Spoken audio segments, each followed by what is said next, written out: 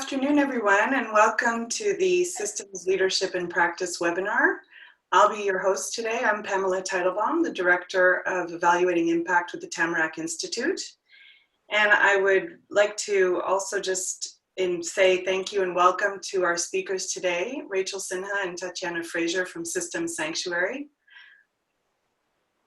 We're going to begin today's webinar with a gratitude and acknowledgement. Before we get started, so we'd like to just pause on the land that we are meeting on today. We begin this workshop by acknowledging that we are meeting on Indigenous land. We are grateful for the opportunity to meet and thank all of the generations of Indigenous people who have taken care of this land.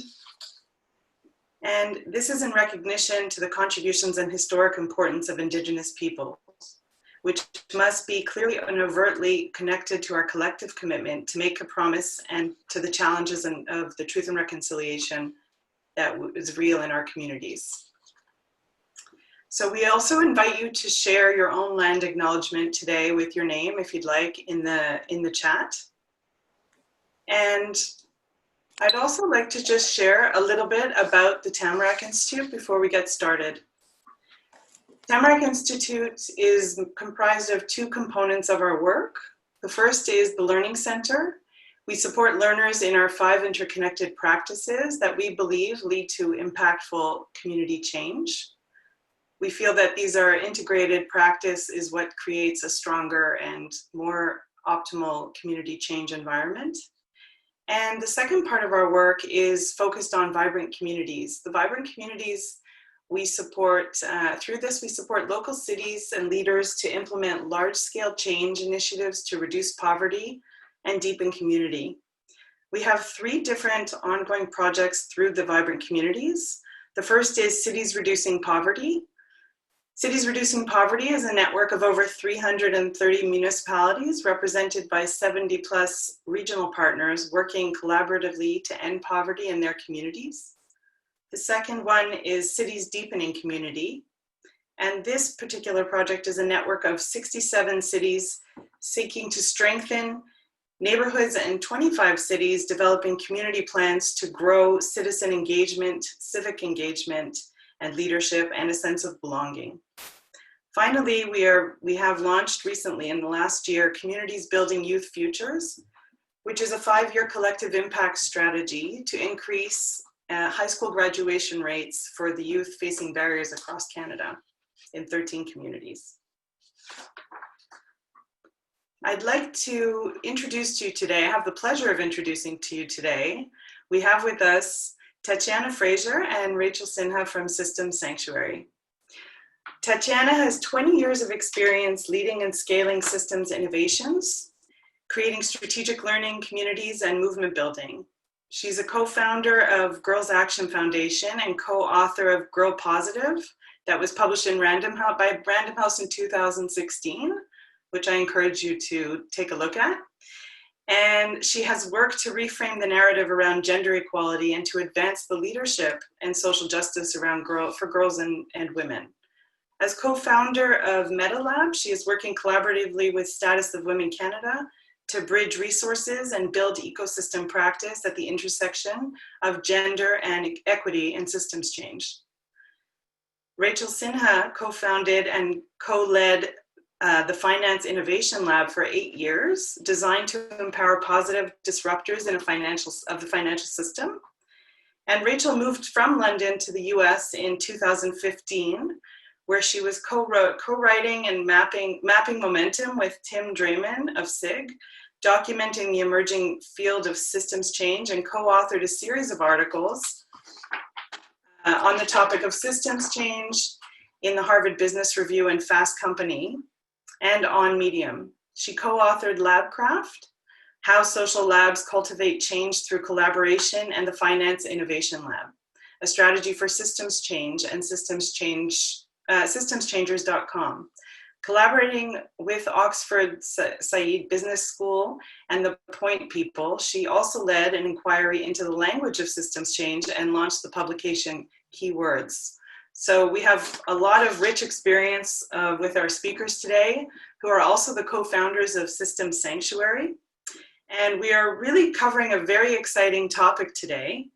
We're unpacking what the thinking and knowledge and skills are behind systems practice.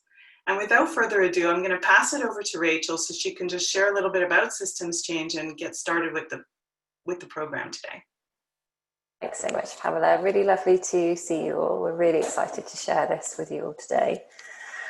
So I just want to start with why. Why are we talking about systems change? Why is this an important topic to be thinking about right now? To a certain extent, systems thinking, systems change, practice, leadership have all become somewhat buzzwords in the field of social change. But beyond buzzwords, you know, this way of thinking and doing can be incredibly useful in times where we see a lot of complexity. And of course, we are seeing a lot of complexity at this moment in history this year in 2020. So we're obviously in the middle of a huge pandemic. It's disproportionately affecting people of colour. It's having unintended consequences, things like impacting women's careers perhaps more than men's. We don't know what the impact of that's going to be in the long term. We're seeing the symptoms of big systemic problems like the wildfires in California and the Black Lives Matter protest, highlighting the anti-Black racism that exists in the US and Canada and other countries around the world.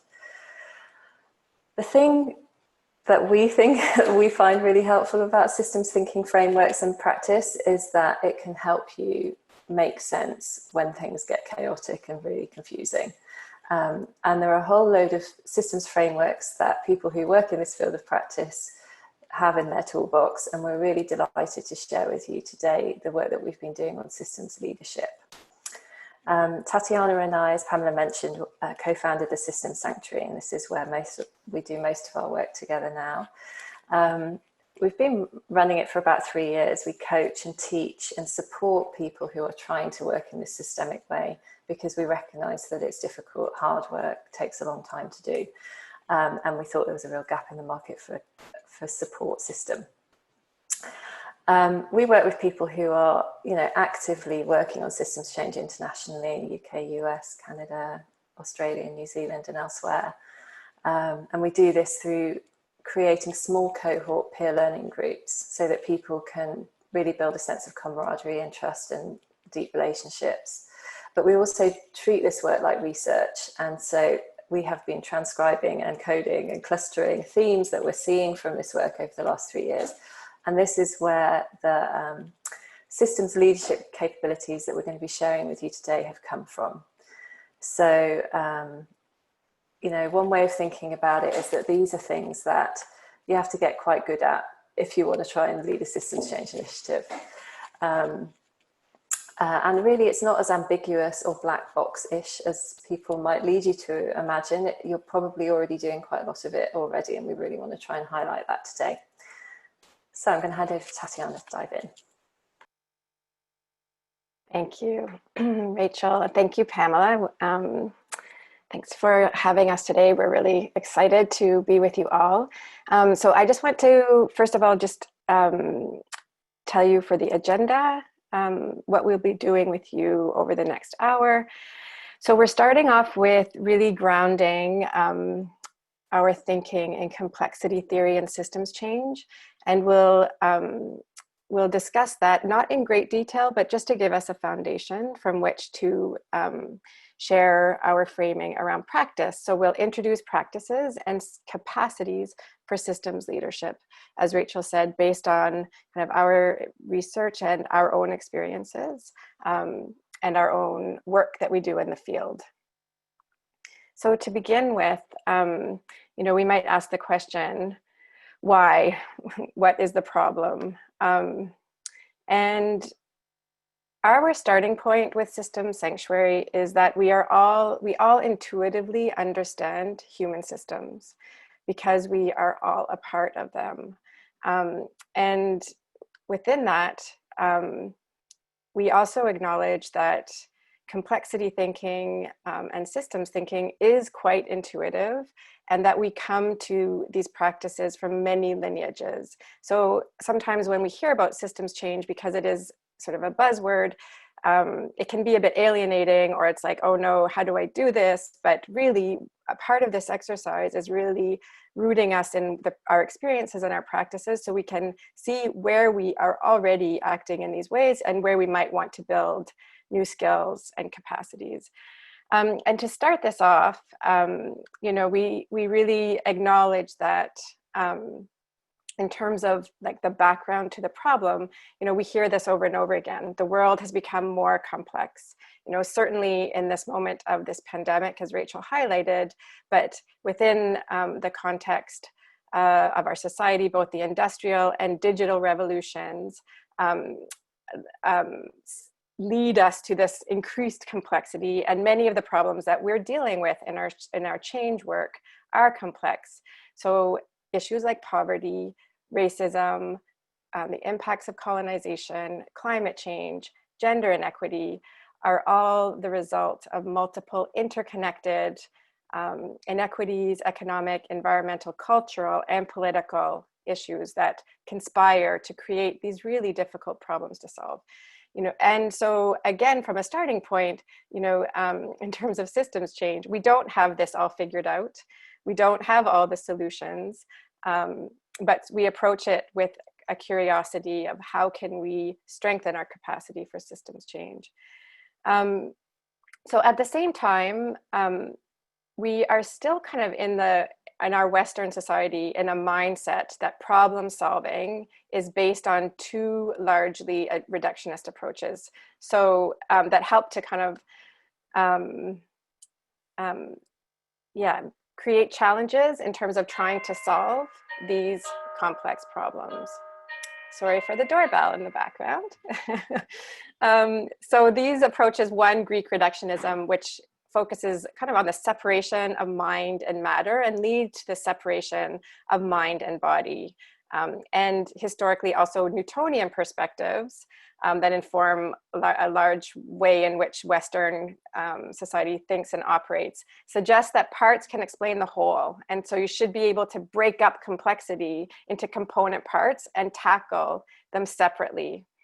So this Western way of thinking has led us to a quest to study the parts in greater and greater detail, and therefore it kind of has led to things like linear thinking, silver bullets, you know, just using our brain power, the notion that we can control and that we can plan our way to solutions. And so there's a greater need to deal with complexity in a world that focuses and still lives kind of in the culture of reductionist approaches, and this leads to silos of ideas and policies and ideas. But if we're genuinely wanting to approach and deal with complexity, we know that this way of working just doesn't work. It's outdated. And so complexity offers us language, framework, and tools for ways of working that acknowledge the interconnectedness of the world around us. So what is complexity thinking? It's one, a direct challenge to the dominance of this kind of the ways in which we, the Greek reductionist thinking of machine metaphors, the ideas that we're only dealing with problems like clocks that can be taken apart and put back together.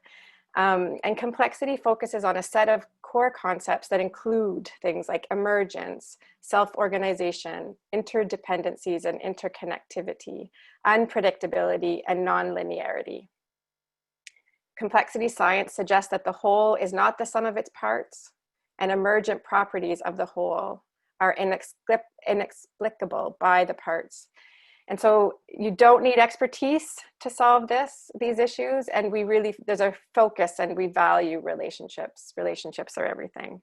So in complexity thinking, you begin to see how we need to have a different mindset to solve problems. And moving into complexity thinking and systems thinking is very much about a mindset shift. And I'll hand it to Rachel to talk about systems change. Fantastic, thank you. So, you know, in summary, the challenges that we're facing are complex. We need new ways of thinking and doing to address the multifaceted nature of these complex challenges. And systems practice helps us to do that, helps us to come up with strategies and ways of working that can deal with that complexity. So what is systems change? It's a process designed to alter the status quo by shifting the functional structure of an identified system. So in systems thinking and systems change, we work on the underlying structures that are present. So things like policies, routines, relationships, resources, power, structures, and values. So you can hear, like in that list of things, that some of them are things that in social change we work on a lot. So things like policy change, you know, there's a whole field of work that's been going on for many years looking at that.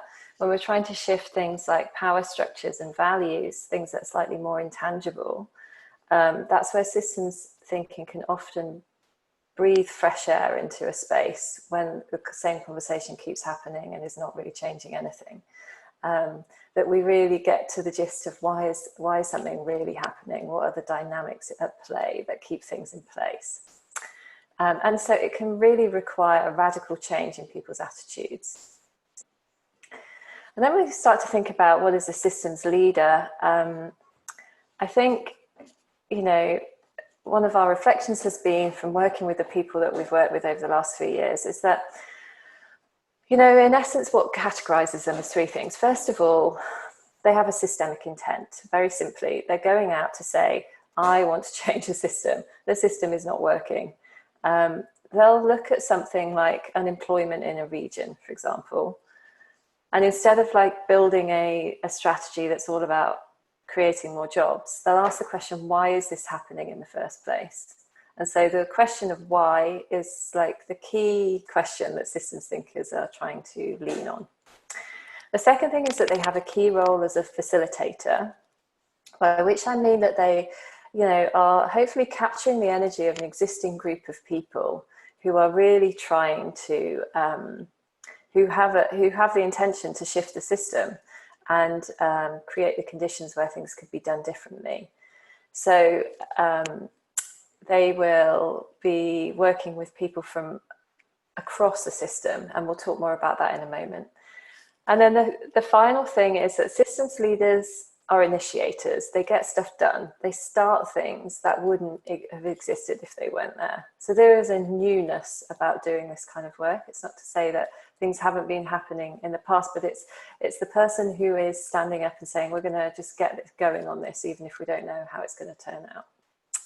And I'm going to hand over to Tatiana to explain to you this capacities framework that we have on our screen. Great, thanks, Rachel. So now we're going to move, and we're going to actually move quite quickly into kind of 5 capacity areas. And so in this slide, you can see that, you know, we're sitting on this theoretical underpinning of complexity and systems thinking. And at the top of the slide, these are the leadership capacities and capabilities that we've identified. And then some of the tools in the middle of the slide that help us that support us in our practice. So the first systems leadership capacity is locating yourself in the system. Second is seeing the system. Third is building relationships and working across difference. Fourth is multiple level strategy, and then learning and adapting. So we're going to walk through these and give you a high level overview with some concrete examples. And in between each one, we're going to ask you to reflect for yourself on your own kind of experience and skills and tools in these areas, so that you can do a little bit of a self-assessment and identify where you are strong in this practice or where you might want to strengthen. So first, we'll look at locating yourself in the system as the first capacity. And we start with this one. It's a really critical and important one, recognizing that in doing change work, that this is not an objective exercise, that we're not looking at a problem outside of ourselves and trying to move things around or find solutions to create the change. This really starts with recognizing we are part of the systems in which we are trying to impact and change. And when we are engaging in change work, we are definitely part of that particular system. And so part of this is recognizing that what we do on a personal level also connects and impacts on a systemic level. And we may be able to have a perspective, a truth that we see or experience, but we recognize we're not touching on the whole truth. You must kind of seek out different perspectives. So this is really key. And in terms of practice, this requires a reflexivity to be able to, constantly be in relationship to trying to understand, seeking to understand how we are in relationship to the systems that we're trying to change, that we're living with, and what we're learning as we go, and to critically reflect on our power, on our privilege, on our challenges, so that we can deepen our understanding of the work that we're doing, which requires a sense of humility, and again, like a reflective practice, a reflexivity. So this is locating yourself in the system. Who am I in the system? And one of the tools that we use, so we'll move to the next slide, it's called an equity lens. And we use this in almost every convening that we host.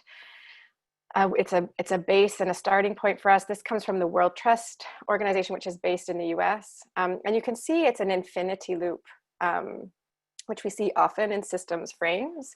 And it allows us to look at the internalized nature of the issues that we're dealing with, the systemic issues that we're dealing with, and also the external nature, how we see the interaction in the systems that we're working with.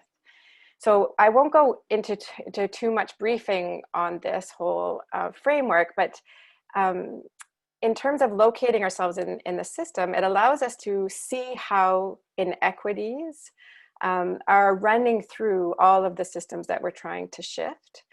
So it brings awareness to how we are internalizing things like sexism, racism, homophobia, colonization, and it allows us to reflect on our biases, our privileges, our power, our challenges within the context of the external systems that we're also trying to shift. And on the external side, we see interpersonal relationships, institutions, structural structures and systems, and we recognize there's an interaction between the internal and the external.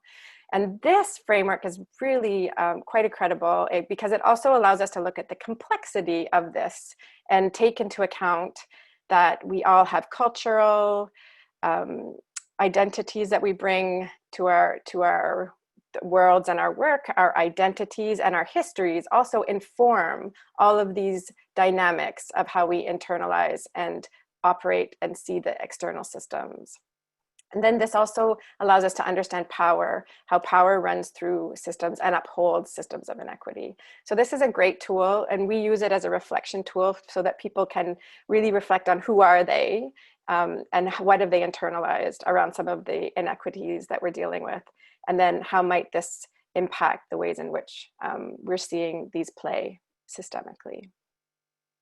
So thank you. That's the first capacity. So this is, again, locating ourselves in the system. And go ahead, Pamela.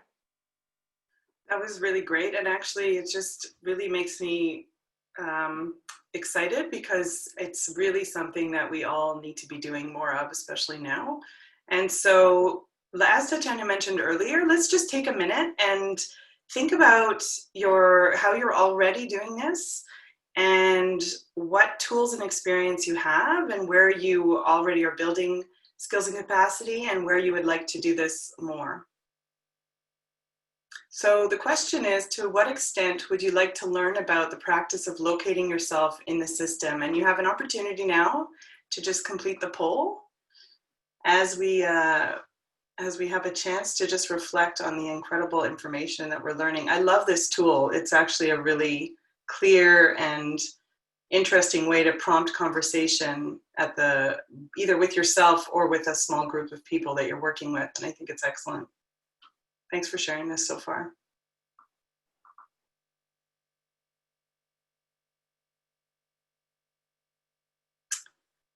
Okay, so we see that on the average, people seem to have some tools and experience, but want more. So that's pretty interesting, and I'm glad you're here today to get these tools a little bit more. All right, so we will move on to the next piece. Great, thanks. So the next capacity that we're offering here is the seeing the system, and we have a number of mapping tools that we've collected that help us to facilitate this seeing the system. And why is this important? This practice is one, a way to do an analysis and a sense making of the interconnections, the challenges, the opportunities that are at play when we're looking at a system and when we're actually trying to get from kind of understanding the problem to finding opportunities for change.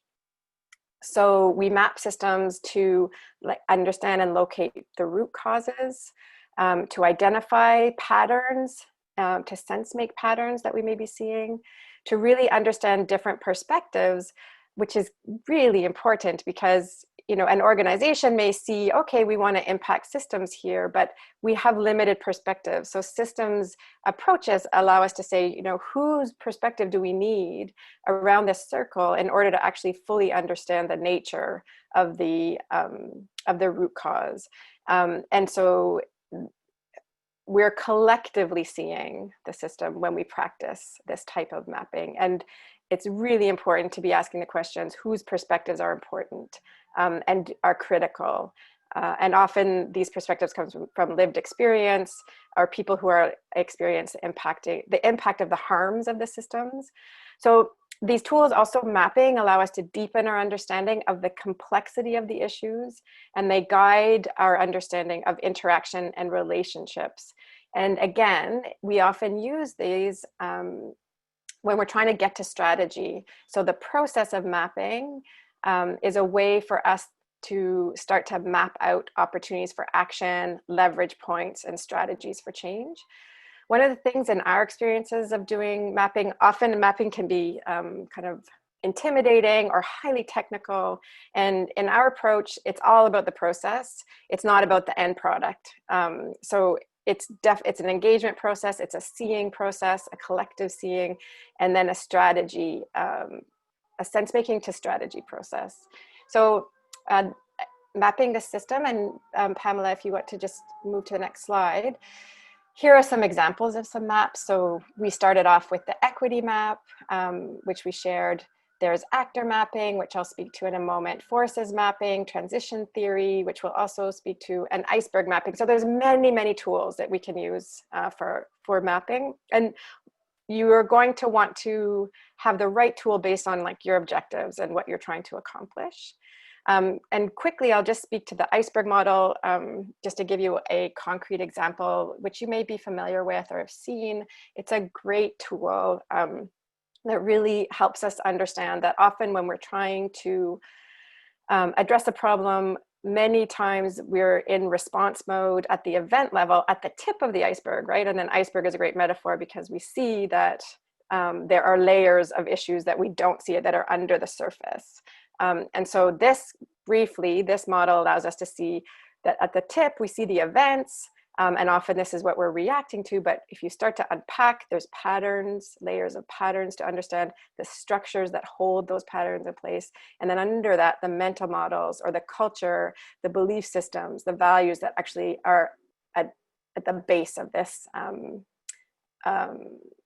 problem. And so when you use this, it allows us to kind of collectively, again, unpack the issues from multiple perspectives, and then you can use this as a way to identify strategies at each level that may help us to have an impact on systems and the change that we're seeking.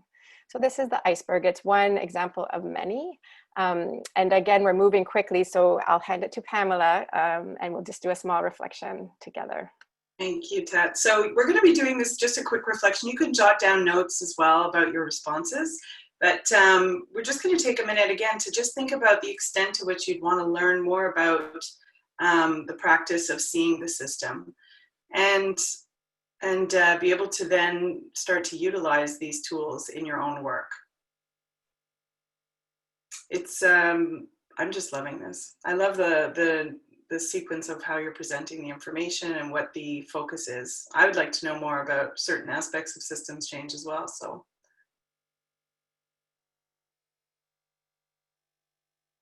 So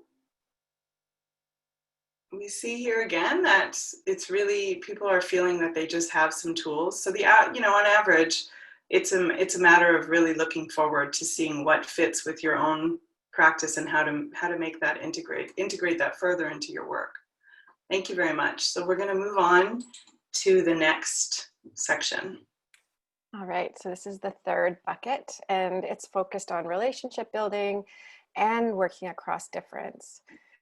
And in our experience, this one is really challenging because it's not news that we're all under high pressure, that work demands and expectations and fast pace is the nature of the realities that we're living in.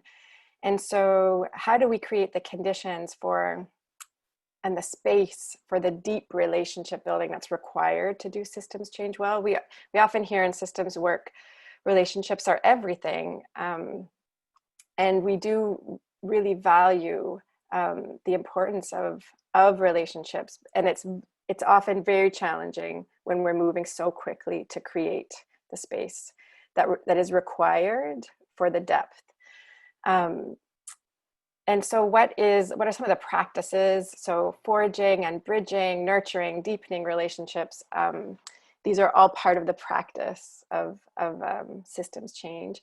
And often it's, we think about, we may have really comfortable relationships or people that are in our systems actors that we're used to working with. But in this case, we're also thinking about who are the unusual suspects, the people that we might not want to be working with, or we kind of consider not really helpful in terms of these problems. But these are also the relationships that are critical for doing systems change.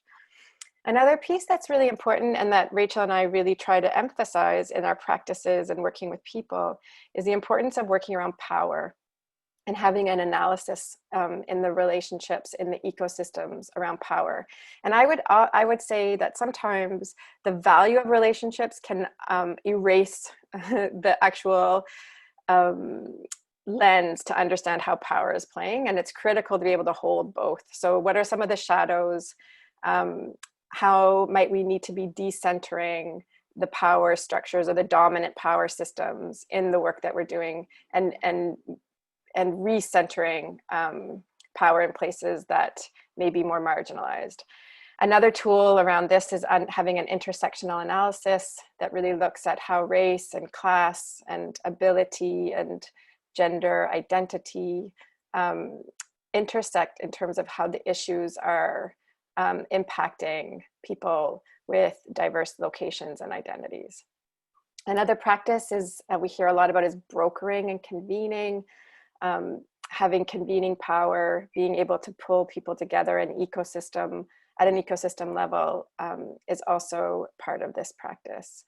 And we'll see things like partnerships and collaborations. Often systems collaborations take the form of networks or alliances, and the skills that are required to facilitate collaborative leadership, shared power, shared processes are also quite important. And so this is also, when we talk about the mindset shift and the culture shifting, the value of relationship in the time and space is a shift from, the fast-paced, move quick, fail fast kind of culture that we live in as well. So these are some of the capacities for relationship building, and a tool that we use. This is an actor map, and it's a great tool for bounding kind of what is the system I'm working in, to understand the subsystems that may be at play. So the health system, the justice system, the school system, care systems. And you can use this tool to identify system actors, and then to analyze the relationships within that system. So where do we have strong relationships? Where do we have weak relationships? Where is the power center? How are we in relationship into the power center?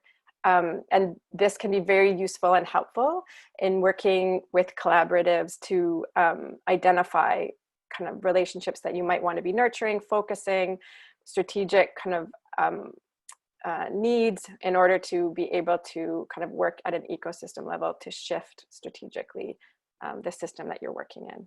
So this is one example. And again, a lot of the skills around relationship building are actually the soft skills and are supported by like a reflective practice. Also, how am I in relationship? How am I showing up? And maybe what do I need to be considering in terms of my leadership and my capacities for collaboration. Thanks, Pamela. Thank you, Tat. So again, another quick reflection. I also just want to remind you that you are welcome to add any questions you have in the Q&A button at the bottom of your screen on the right-hand side of the bar. And also, we're noting there's a lot of really interesting comments in the chat, and we appreciate your input throughout the process.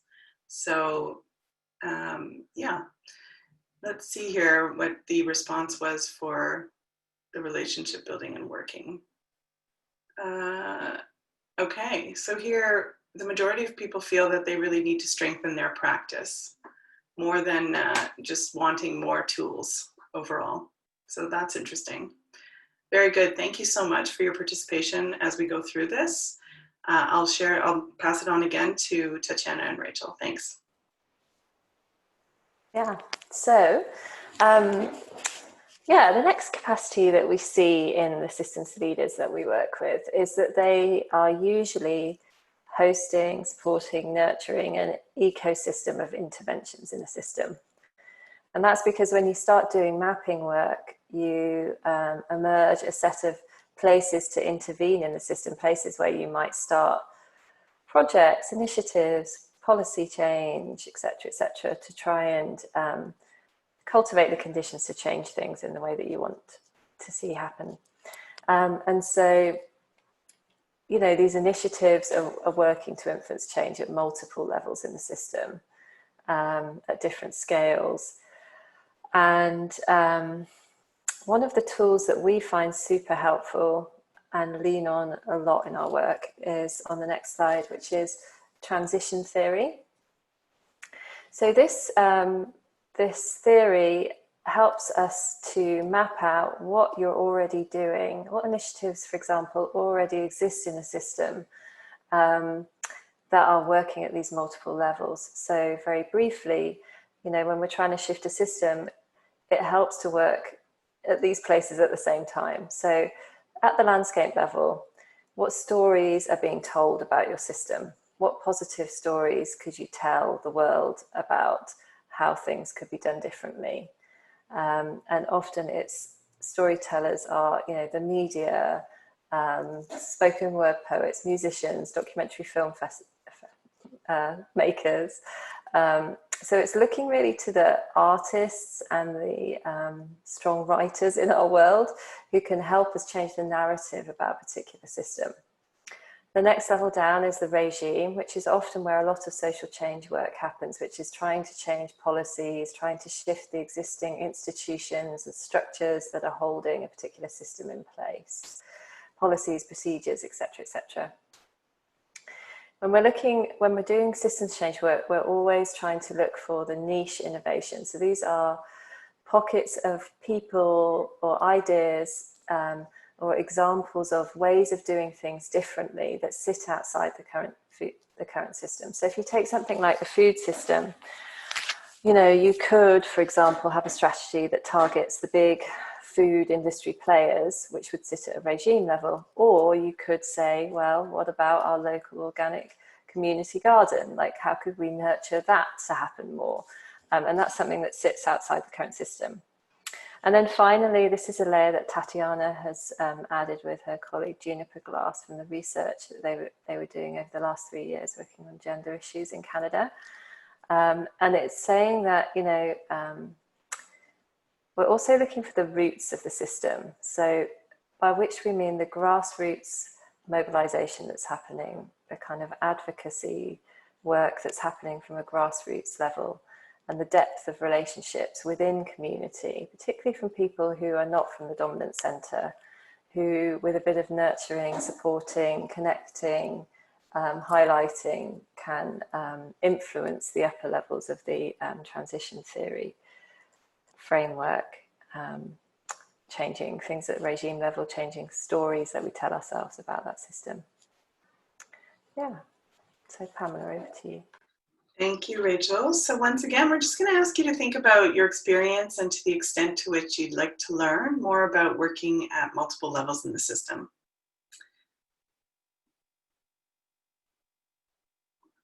I love the additional piece around the branches and the grassroots work that's taking place. It's a great metaphor, and also very important to be considering that in the systems thinking that is being produced. Yeah, if you're interested in diving more into that, Tatiana's written a really good publication. It's just out this month on that. Fantastic, thank you. Maybe Ted, you could share the link with us in the with Duncan, and he could share it after the webinar as well. So here we have, again, people wanting tools and experience. They have some tools and experience, but would really like more. Thank you very much. And again, please note your questions in the Q&A section, and we'll get to that at the end of the presentation. Thank you. Yeah, so the final thing that you have to get good at if you want to do systems change work well, as far as we can see, is learning and adapting. So, you know, we lean quite heavily on the concept of having an emergence strategy, which I think, as somebody's mentioned in the comments, sits at odds often with the current social change world, which has a lot of, you know, Gantt charts and 5-year plans and expectations to meet, you know, budgetary goals or whatever by a certain time frame. Because what happens when you start doing systems change work, hosting a community who have great potential, bringing them together, helping them to collaborate in new ways, is that unexpected things happen. There is energy over here to start something amazing.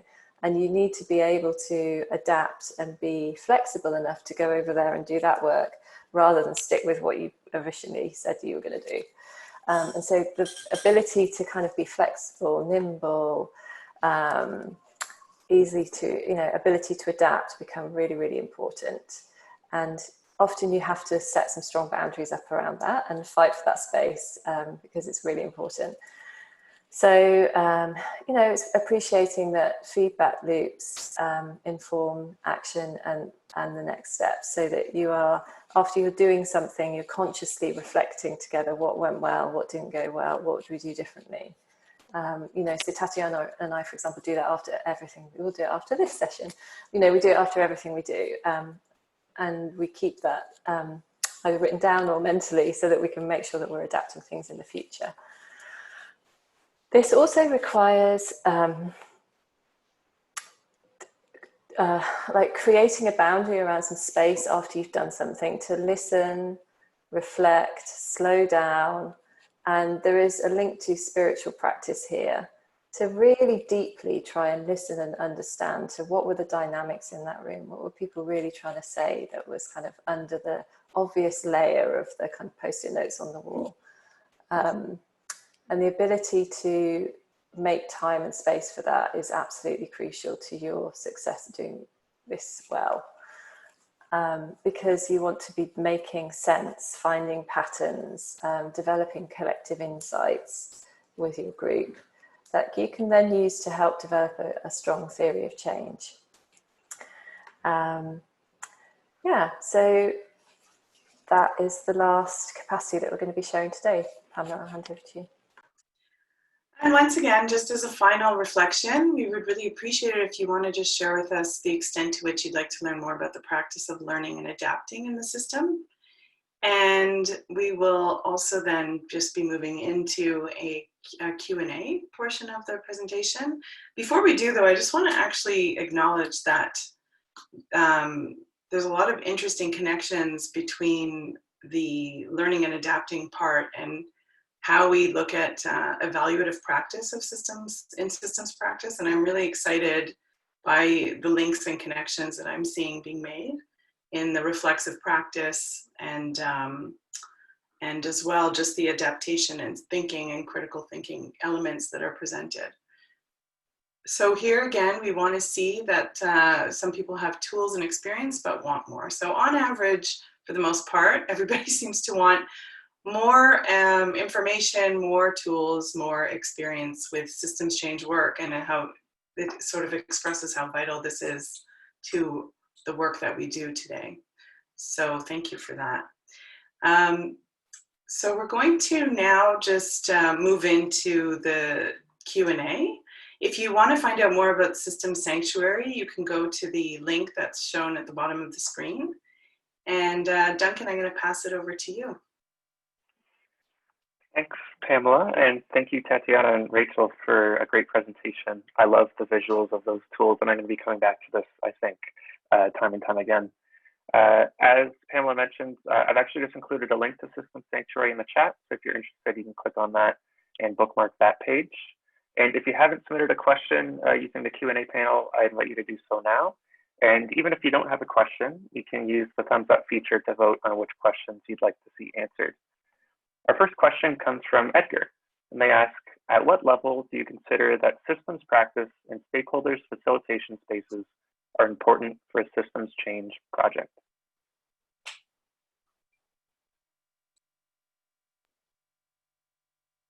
That's a good question. At what level? I think, you know, regardless of where you may be located in the system, you can come to the work from a systems change perspective. And so often, say, for example, in organizations, you know, we're limited by our mandates. We have kind of a mission, etc. But to be reflecting on and analyzing to what extent are our interventions reactive? To what extent may they be kind of at that sort of the tip of the iceberg? And in what ways may we need to be thinking about the issues we're addressing from a more systemic level? So doing that inquiry, I think, is valuable no matter where you might be. Often systems initiatives are collaborative, so they're working at an ecosystem level, and you may be in a position where you're participating in that or leading that. And so that's one way to consider, are we in a position where we're in collaboration? Could we be collaborating? But the other thing that's really important, I think, is also understanding where your interventions are in relationship to other interventions in the system. So there's lots of questions you can be asking to kind of help to understand the systemic nature of the work you're doing, how you're located in the broader ecosystem of work, or am I at a level where I could start to spearhead some ecosystem collaboration?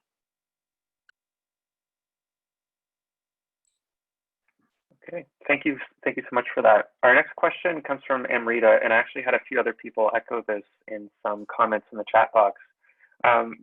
Just to rephrase, generally being stuck between the thought of recognizing the importance and the existence of complexity in the system, but also being up against the reality that quite a lot the funders are the ones calling the shots. And I know you referenced this earlier when talking about learning and adapting, but can you speak a bit more to that tension between those 2 points, where funders might be more focused on short-term and program interventions, despite the fact that many people on this call would recognize that complexity part within the system? I'll start and Tatiana jump in, because I think we've got strong ideas about this. But yeah, so it's a very real challenge. One of the key insights that we've got from our research, and we've written about it extensively, is just the kind of long-term nature of systems change work and the short-term needs of funders to show that they're having impact.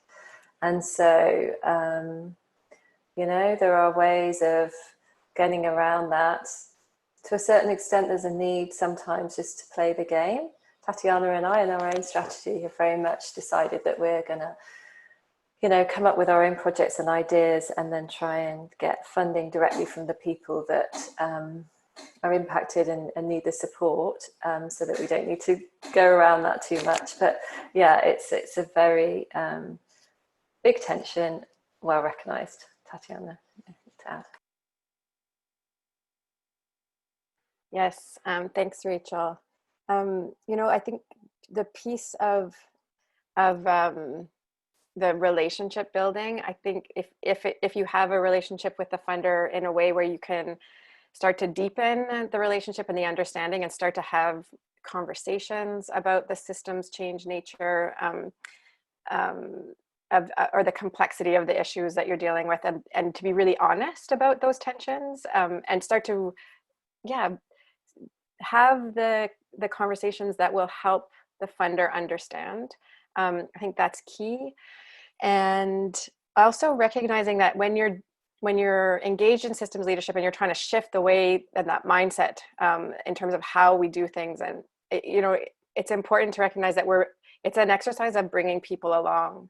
So there's an ongoing kind of need to really be sharing the perspective that you have from a systems perspective, to be connecting that to other people, other systems actors, including the funders. There are also some very good funder learning initiatives, lots of funders who are kind of at the cutting edge of understanding systems and supporting that. And on the one hand, this is really helpful because that can provide literature maybe for your funder to help kind of make those connections and share that learning with them. And on the other hand, we also have to be really careful about funders who are spearheading kind of systems initiatives and their role and the power that they have in those ecosystem level change initiatives. Because funders are part of the ecosystem, but how is an ecosystem initiative being led by and informed by people who are most impacted is a really important kind of critical reflection that also needs to be engaged with funders. So that's complex too. I think it's all very complex. No, thank you both for those answers. I think that's a really kind of difficult tension to work through, so I appreciate your perspectives on that. Our next question comes from Maria, and they ask, do you have any tools or techniques I might use to develop a learning community around systems practice in my location? We have need and some recognition of the need for this approach, but from my decentered position, I'm struggling to get folks connected.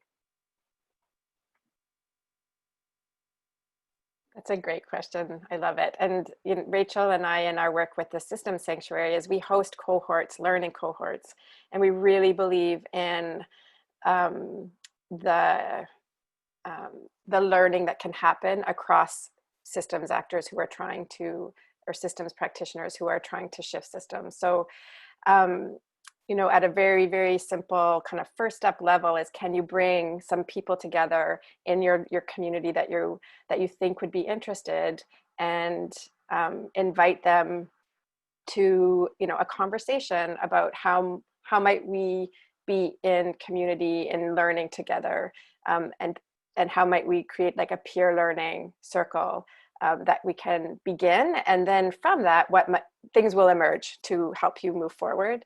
And certainly this is something that I said, Rachel and I, in our approach, we help facilitate this type of learning space, and we'd be happy to support in any way. And there's lots of great information on our website about that. Wonderful. I think we have time for one last question. It comes from an anonymous attendee. And the question is this, which of the 5 capacities or capabilities do you find is missing most often in our work or our approaches? You can go if you like. I'd say there's an interesting tension between deepening and building. It depends who you're asking, basically. So, people who come from the systems change world will obviously focus a huge amount of energy and effort on the mapping tools, which are important. And in my experience, nothing happens unless you're focusing on building relationships. So you can map the whole thing from an ivory tower and look at how the power structures are operating. But if you're not in that community, if you don't have relationships with the people on the ground, if you're not seeing yourself in the system and acting in that way, then usually nothing really happens.